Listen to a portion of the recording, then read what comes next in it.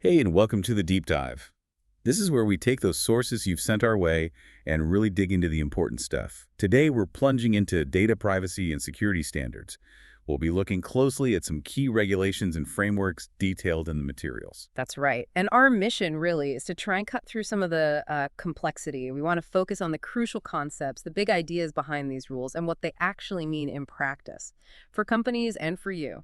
Yeah, the core idea we're grappling with here is pretty fundamental today, isn't it? It's about how laws and standards try, or at least aim, to protect your personal information. Especially now, everything's so connected, every click, every share, there are rules around it. Exactly. So, to set the stage, we'll start with the basics. The whole purpose of privacy laws and also the threat of data breaches, which is always looming.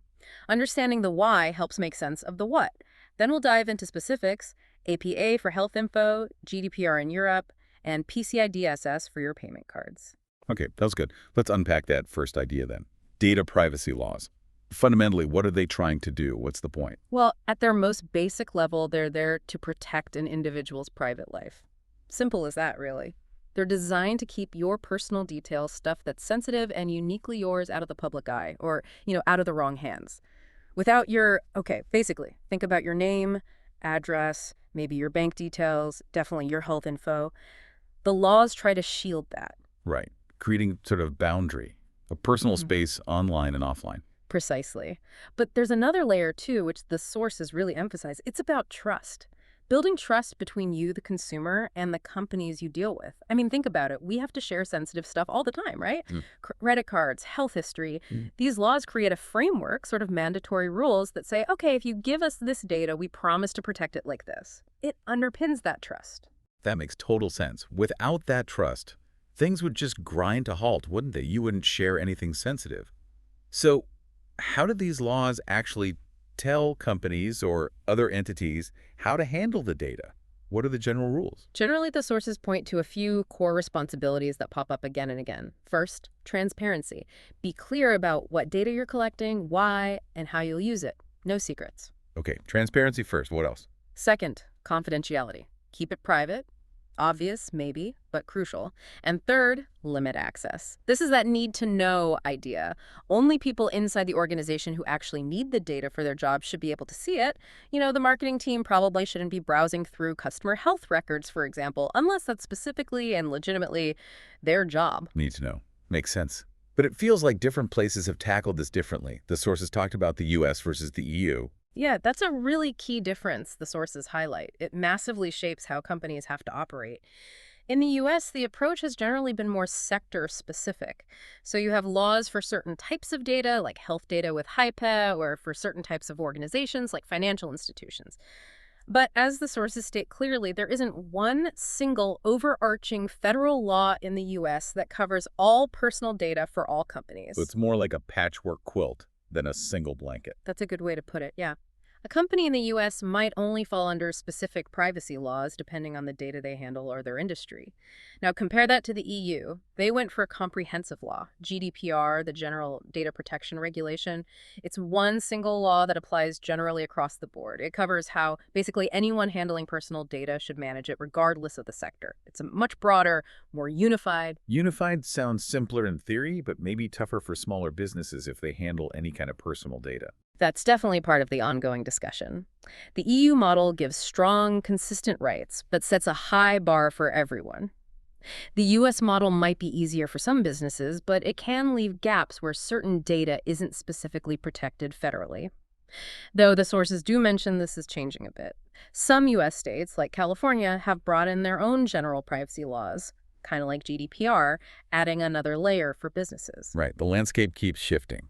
So we have these rules trying to protect data, but things still go wrong. Breaches happen.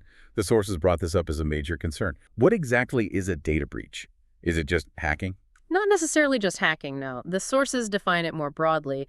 It's basically any time confidential information gets exposed to someone who shouldn't have seen it. It could be accessed, disclosed, changed, or even lost in a way that wasn't allowed or intended. And the sources mentioned different types, didn't they?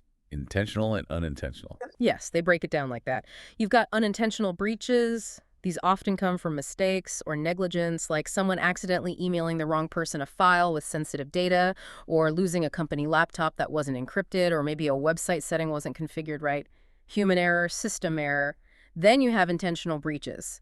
That's when bad actors, criminals, deliberately go after the data, hacking, malware, phishing scams, trying to steal information illegally. Okay, so accidents versus attacks.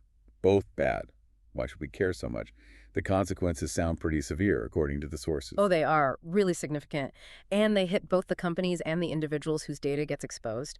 For companies, it can be crippling. The sources list things like business disruption, maybe systems have to shut down, huge damage to their reputation, that trust we talked about, gone. Then there are direct financial losses, the cost of losing the data itself, and potentially massive legal trouble. Fines, lawsuits, it adds up fast. I think I saw a number in the sources. It's something about the average cost. Yeah, it's pretty shocking. The IBM cost of data breach report from 2022, cited in the sources, put the global average cost at over $4 million. Wow. $4 million Yeah. on average. Exactly. And for big breaches, it can be way, way higher. What makes it cost so much? It can't just be fixing the immediate problem. No, definitely not. It's a whole cascade of costs. The sources break it into four main buckets. First, there's detection and escalation. Just figuring out what happened, how they got in, what data was taken, who was affected. That forensic investigation takes time and money. Okay, the initial investigation. What's next? Then comes notification. Many laws, like IBA, require companies to tell the people affected, and regulators too. That means drafting notices, legal reviews, maybe mailing letters, setting up call centers. It's a big communication effort. And then actually dealing with the fallout. Right. The post-breach response, this is where you get the big-ticket items sometimes. Regulatory fines, which can be enormous, often offering things like free credit monitoring to victims to help prevent identity theft, plus ongoing PR efforts to manage the reputational damage. And the fourth category. That's a long-term business hit. Exactly. Loss of business and revenue. Systems might be down, costing immediate revenue. But worse is the long-term loss of customer trust. People might leave, take their business elsewhere. It gets harder to attract new customers. That lost revenue can sting for years. So for companies, it's money, legal headaches, and reputation. What about for us, the individuals? The impact feels much more personal. It absolutely is. For consumers, a breach means your sensitive stuff might be out there. Full name, address, date of birth, maybe your social security number, driver's license, bank account details, credit card numbers. Yeah, that's the stuff you really worry about. It feels like a violation. It is, and it puts people at direct risk. The sources focus on two main things: identity theft and monetary theft. Criminals using your info to open accounts, get loans, file fake tax returns, or just draining your bank account or running up charges on your card. Cleaning up after identity theft can take ages, it's incredibly stressful, and can cost you money too. Okay, so protecting data is clearly vital for everyone involved, which brings us back to how specific industries or regions are tackling this. You mentioned we'd look at some examples from the sources.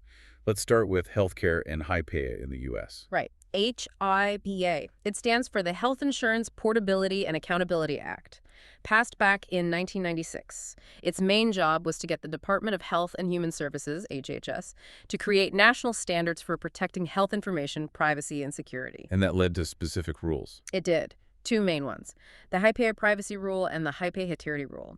Together, they basically set the rules for how the healthcare industry, doctors, hospitals, insurers, and others they work with have to handle your health information, what's called PHI, or Protected Health Information. Who exactly has to follow the HIPAA privacy rule? The sources listed certain groups. Yes, they're called covered entities. The sources define these as healthcare providers who send health information electronically, like for billing. Health plans think insurance companies, HMOs, and healthcare clearinghouses, which process health data. And crucially, the sources note that later on, the HASTEC Act added business associates. These are vendors or service providers who work for a covered entity and need access to PHI to do their job, like an IT company managing electronic records or a billing service or even a shredding company. So it's not just your doctor or hospital, but also the companies they hire that handle your data. Exactly. It extends the protection down the chain. Now, the privacy rule dictates what these covered entities and business associates can actually do with your PHI. Right. When can they use or share it without needing your specific permission? The sources listed several situations. Yes, the rule allows certain uses and disclosures without a specific written okay from you. They can disclose PHI to you, the individual, makes sense. They can use or disclose it for treatment, payment, and healthcare operations. This is key. It covers sharing records for your care, billing your insurance, and internal operations like quality checks or training. So the necessary stuff for getting care and paying for it. What else? It's allowed incident to an otherwise permitted use. Like if two doctors are discussing your case quietly and someone nearby might overhear slightly, that could be okay if reasonable safeguards are in place. It's not a free pass for being careless, though. It's also permitted with your valid authorization, obviously. If you give specific permission, they can share it then. Are there other circumstances? Uh-huh. They can share it after giving you a chance to agree or object, like putting your name in a hospital directory. It can also be used as a limited data set for research or public health, where they remove direct identifiers like your name and address. And finally, it can be disclosed for specific public interest activities defined by law. Things like reporting infectious diseases, suspected abuse, helping law enforcement under strict legal conditions, or identifying disaster victims. Okay, so the privacy rule governs when and to whom. What about the security rule? Is that different? Yes, the security rule is laser-focused on electronic PHI, or ePHI. While the privacy rule covers paper, spoken word, and electronic data, the security rule lays out the specific technical and administrative requirements just for protecting health information when it's in digital form. And what does it require covered entities and their business associates to do with that ePHI? Four main things, according to the sources. One, ensure the confidentiality, integrity, and availability of all ePHI they handle. Confidentiality is keeping it secret. Integrity is making sure it's accurate and unaltered. Availability means authorized people can access it when needed. Two, protect against reasonably anticipated threats to that ePHI. Three, protect against reasonably anticipated impermissible uses or disclosures. And four, ensure their entire workforce complies with the rule. Training and policies are key. How do they actually do that? Yeah. Just hoping isn't enough, right? The sources mention different kinds of safeguards. Exactly. HighPay requires three types of safeguards: administrative, physical, and technical. Think of them as layers. Administrative safeguards are the policies, procedures, and management actions. Things like having a security management process, appointing a security officer, workforce training, managing access, having incident response plans, contingency plans for disasters, and regular evaluations. So the organizational stuff. Policies, training, what's next? Physical safeguards. These are about controlling physical access to places where ePHI is stored or accessed. Think locked server rooms, rules about workstation placement and use, securing laptops and mobile devices, and procedures for disposing of old hardware safely, protecting the actual buildings and equipment. Right. Locking the doors and securing the machines.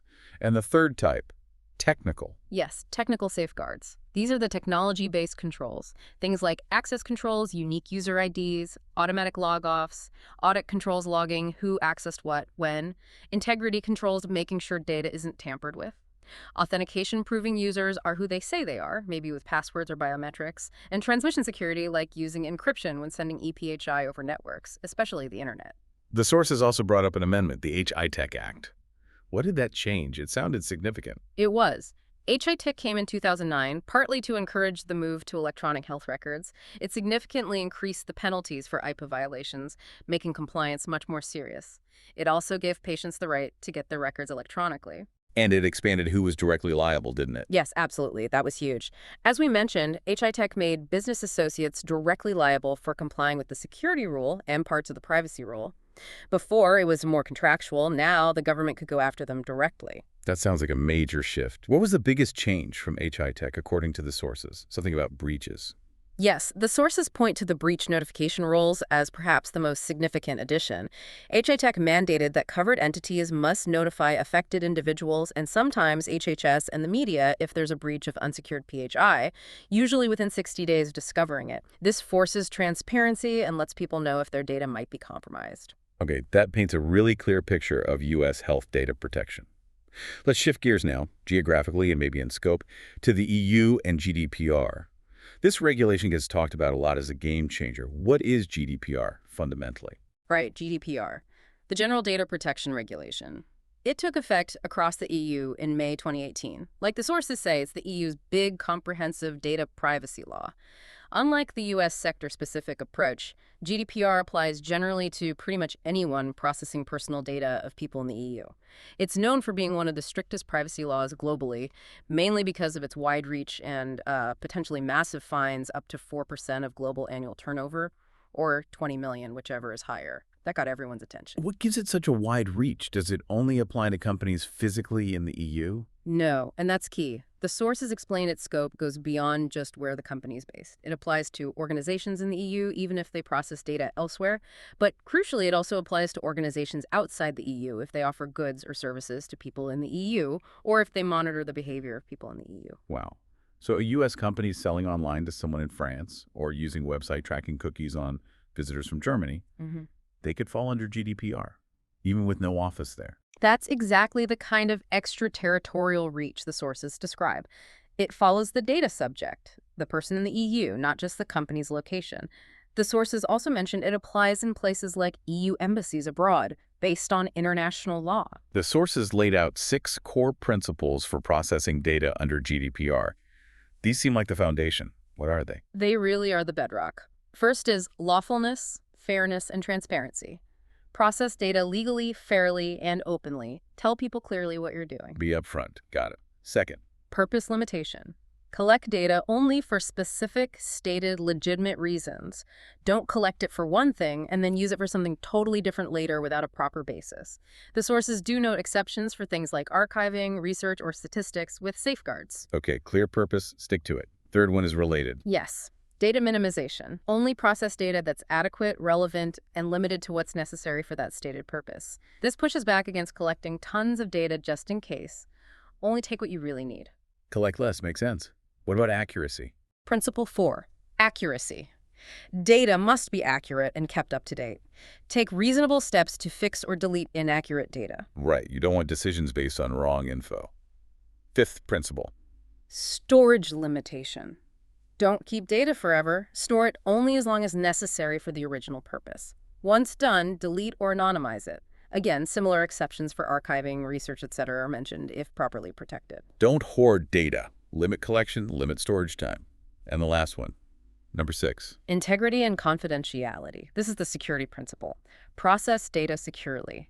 Protect it against unauthorized access, processing loss, or damage using appropriate technical and organizational measures. This directly links privacy and security. You need good security to uphold the other principles. Those 6 principles really cover a lot of ground. The sources also mentioned something called Privacy Shield regarding EU-US data transfers. What happened there? Sounds complicated. It has been, yeah. Privacy Shield was basically an agreement meant to allow legal data transfers from the EU to U.S. companies. It replaced an older agreement called Safe Harbor, which the EU court struck down because they felt U.S. protections weren't strong enough, especially regarding government surveillance. So Privacy Shield was attempt number 2. Pretty much. U.S. companies could sign up, promising to follow certain privacy rules, but it also got challenged in court. And in July 2020, the EU Court of Justice struck down Privacy Shield 2 in the Schrems 2 decision. Again, concerns about U.S. surveillance access were central. That legal pathway is gone now, too. What are companies doing? It created a lot of uncertainty. The sources mentioned companies now rely more on things like standard contractual clauses or SEC's basically contract templates, but even those have come under scrutiny. The court said you might need extra safeguards depending on the destination country's laws. It's messy, and the sources note the U.S. FTC, which oversaw Privacy Shield, still expected companies who signed up to stick to its rules even after it was invalidated until something new comes along.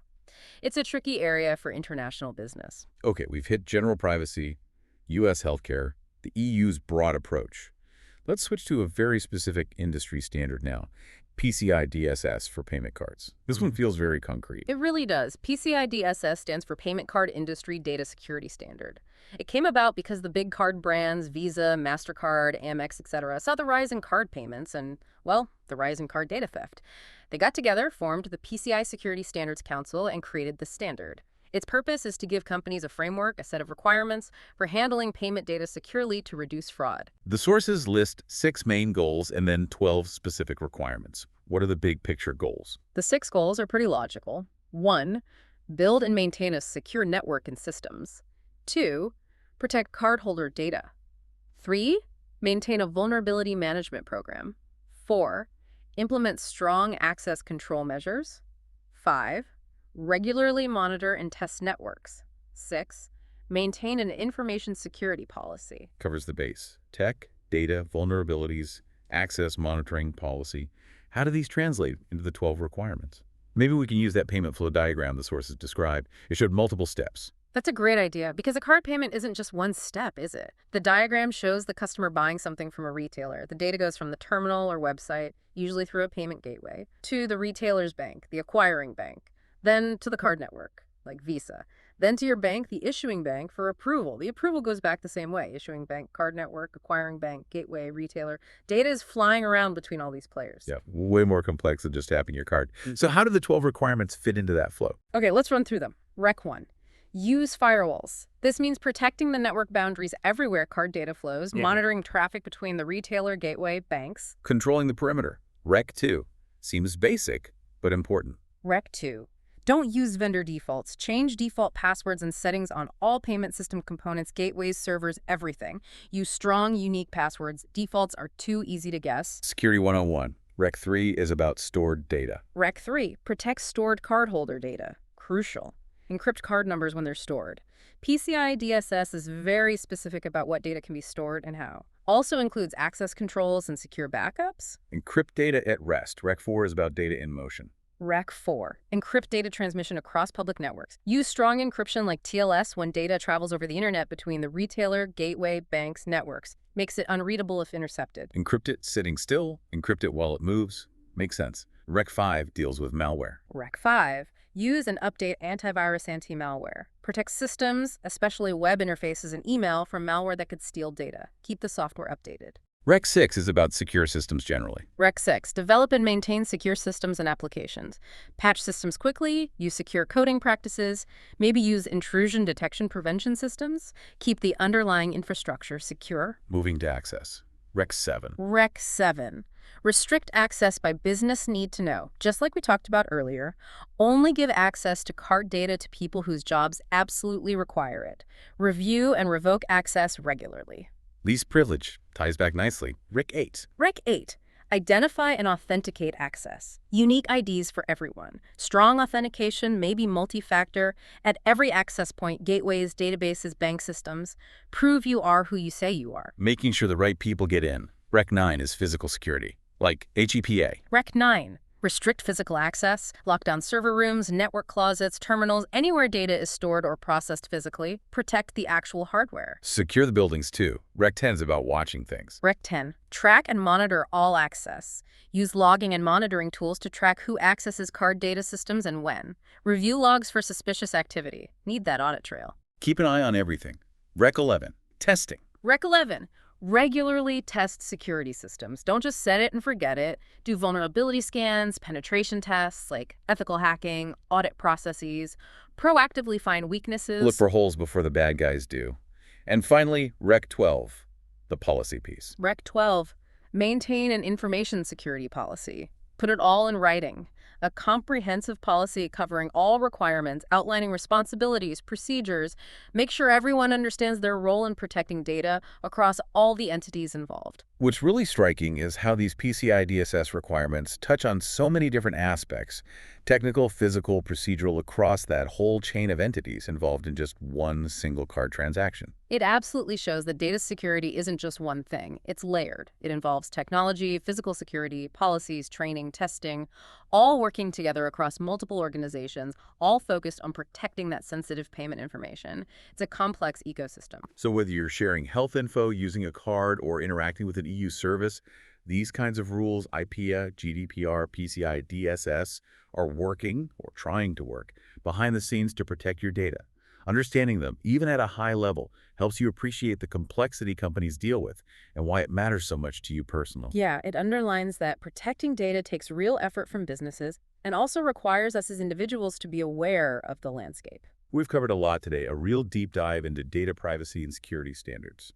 From the basic goals of privacy laws and the impacts of breaches, to the details of IPEA for U.S. health data, GDPR's comprehensive approach in the EU, and the very specific requirements of PCI DSS for payment cards. And we've seen it's a complicated mix, right? Laws, regulations, technical standards, administrative controls, all aimed at building trust and managing risk in our digital world. It's definitely clear that data protection is this ongoing, multifaceted challenge. It needs vigilance from businesses and, awareness from all of us. Which leads to a final thought, maybe something for you to consider. As technology keeps racing ahead, AI, the Internet of Things, all these new ways data is generated and used, how will these standards we've talked about need to change and adapt? And what role should individuals play in shaping that future? Through our choices, our expectations, maybe even advocating for stronger protections. Definitely something to think about as you navigate the digital world.